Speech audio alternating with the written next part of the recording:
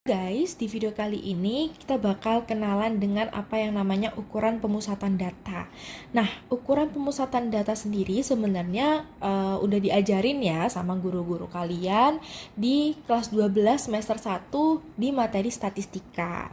Nah, kenapa sih ukuran pemusatan data ini harus kita pelajari untuk mengerjakan penalaran kuantitatif di PU?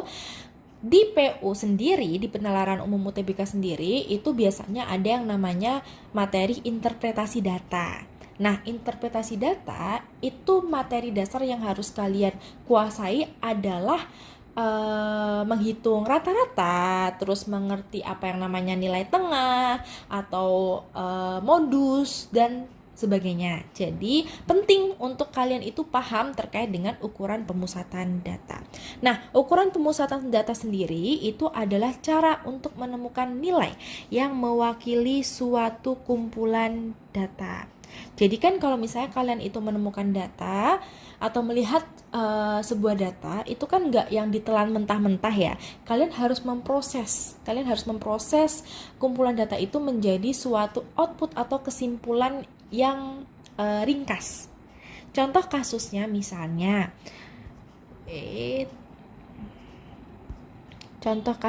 itu misalnya di sekolah ya, remedial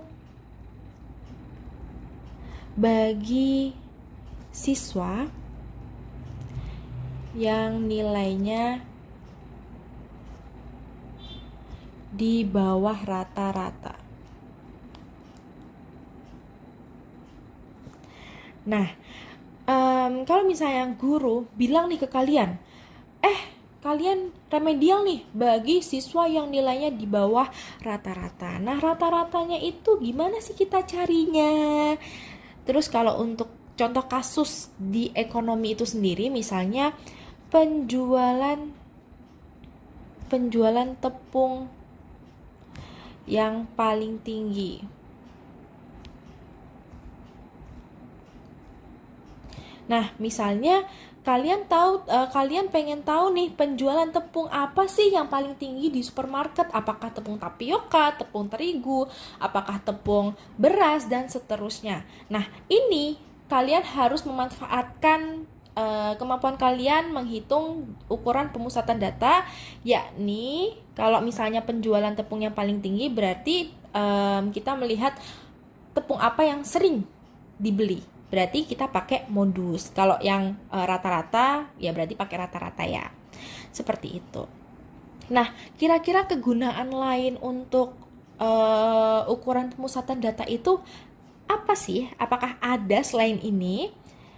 Oke. Nah, kegunaan lainnya itu yang pertama adalah perbandingan data. Nah, perbandingan data itu maksudnya gimana sih? Contohnya ketika rata-rata kelas A lebih tinggi. Terus kalau misalnya menentukan tren atau pola. Menentukan tren atau pola itu contohnya sebagian besar siswa kelas A memiliki nilai matematika 80. Nah, yang lainnya, yang terakhir yakni membagi data. Contohnya itu kelompok nilai rendah dan kelompok nilai tinggi. Nah, kalau untuk perbandingan data, itu kan rata-rata kelas A lebih tinggi. Nah, untuk mencari rata-rata itu ya, kita memakai rata-rata atau mean. Nah, kalau untuk menentukan tren atau pola, contohnya itu kan kita melihat sebaran dari nilai MTK ternyata banyak nih yang dapat nilai 80. Nah, kalau seperti ini kita bisa pakai modus.